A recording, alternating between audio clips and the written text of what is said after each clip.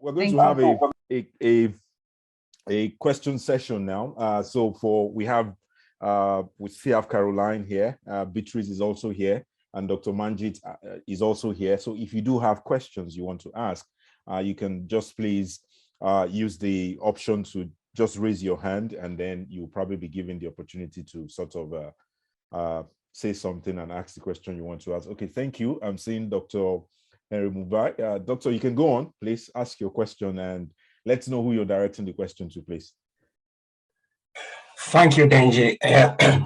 My question is around how we can navigate negativity and also frustration, because through my experience is that when we are working with people who are different from us, and sometimes the moment we open our mouth, we find they tend not to hear what we're trying to express.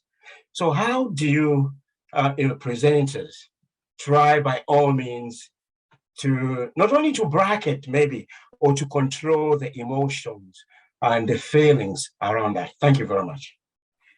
Thank you, Dr. Mubai. So I don't know who wants to go first, but anybody can go first, please. I think something that I do a lot is I try to listen very carefully, active listening of where is that negativity coming from. Because what I'm really intrigued to know is if I can find a point of comparison and a point of where we have something in common. Because usually what difference is usually doing is putting you in opposition and saying, oh, this is so different to me and therefore so not good. Whereas what I'm trying to look for is some area of comparability, but also a sense where I can bring togetherness. Usually that I find is a way to sort of, really bring collaboration in. And that does tend to work. I do it in all areas of my work. But what I'm really trying to look for is where is our common purpose? Because when we look at the common purpose, we hopefully care less about the difference. We can focus much more on what is it that we have in common and why are we both interested to do this together?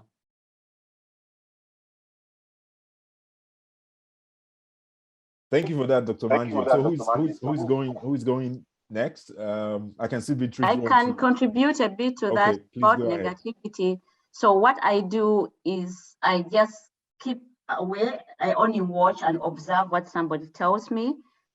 So just listening and understanding people's behavior, their culture is what has helped me to kind of understand these people in their own world, So you find a middle point where step by step, you start to have a conversation with them.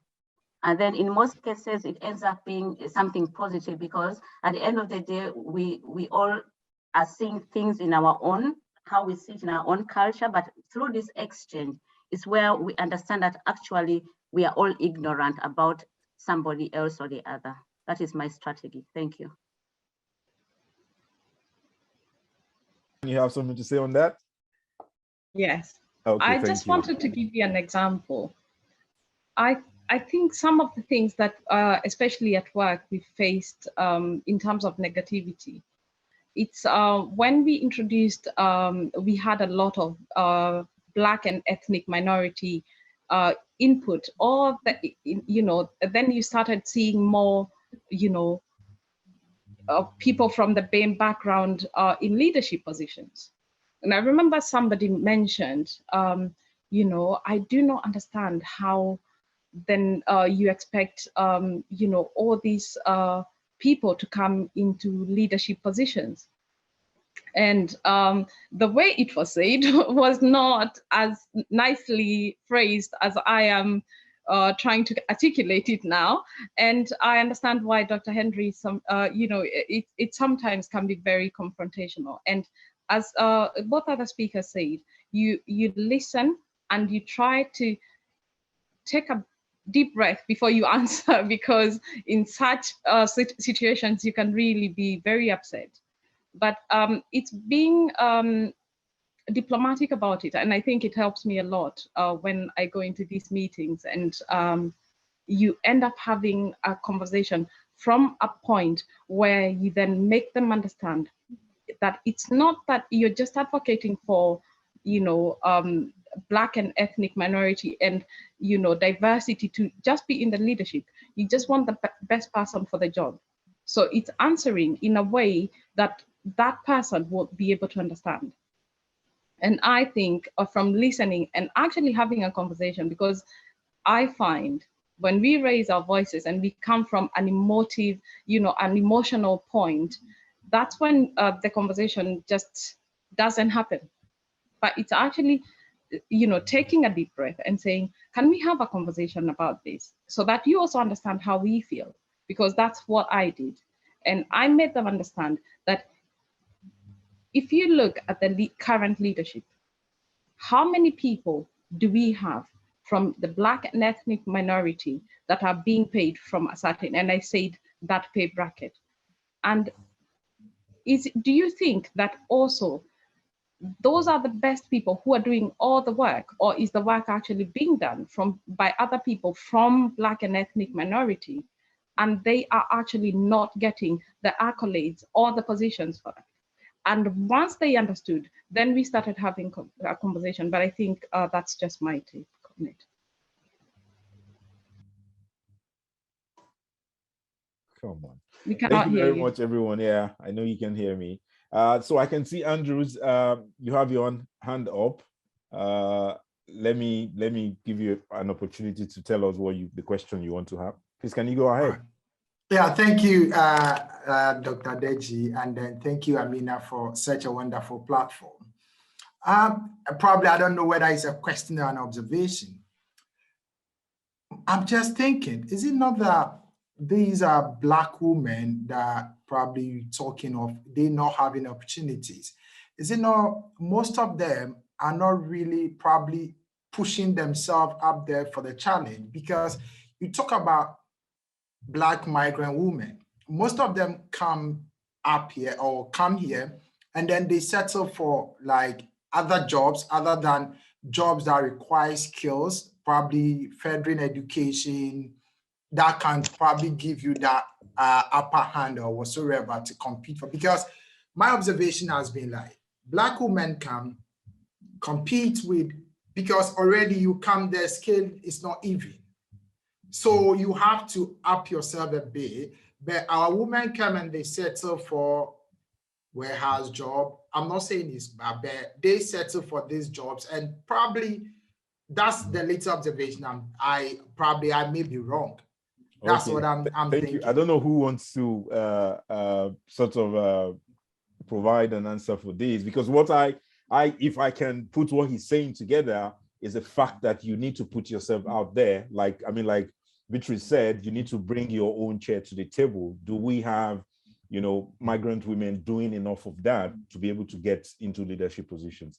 I don't know which of our speakers want to. Yeah, exactly. That's the point. That's the point. I've used my stubbornness really to go to places, then I just wait and I'm ready to react to anyone, as long as I know the rules and the regulations, what is supposed to be done or not. Alone being a woman, a mother, being Black, these are already negative things that everybody will look at. Oh, you're a mother, so it's like you'll be rejected, you won't get a job, somebody will assume you're not able to manage in case the child is sick and this and that. So I have tried many things. I have applied for jobs. I've done all this because I presented myself, and I'm always ready for anyone that tries to stand in my way. And I only use the law, and that's it. And because I know my rights. Because if we do not do that, because all over the world, women are undermined. Nobody wants to take us serious. So it's something we should keep teaching our daughters, and also the men should help us also. So we are in the 21st century, and this is all we need, support from everyone. Thank you. Dr. Manjeet, I can see your hand up. Yeah, I just wanted to add that I think some of these things, when they happen, it's like a microaggression. And, as Caroline said, you do have to take that breath and step back a moment and just sort of hear it, and then come back with a much more kind of like, a bit more kind of like calmer response. But I think the other thing I wanted to really say was, I tend to try to understand the politics very quickly of that organization. And that really helps you to understand how to operate in that environment. Because speaking for myself, I don't often refer to my difference very much in a direct way. I try to do it in an indirect way. I think it has more power when you speak in this way, because sometimes as well, I'm very much somebody that doesn't want to be given the job just because I'm not white, but because I'm really good at that job. You see what I mean? So I focus more on what my skills and why I'm right for it, as opposed to all the things that are not right for it. Because I think it's very easy to fall into a trap where maybe the system is trying to treat you as a tokenistic or questioning your abilities or your talent for that particular opportunity. And in education, in a way, I find it easier to do because it's always about academic excellence. And academic excellence should not be showing any color. You know, it's just about how good you are at what you are studying. So in some ways, that really helps me to make the things that I don't think should be stopping you invisible, but making the things that you are really shining on very visible. Thank you very much, Dr. Manjeet. So do we have more questions? Let's see. Adewale,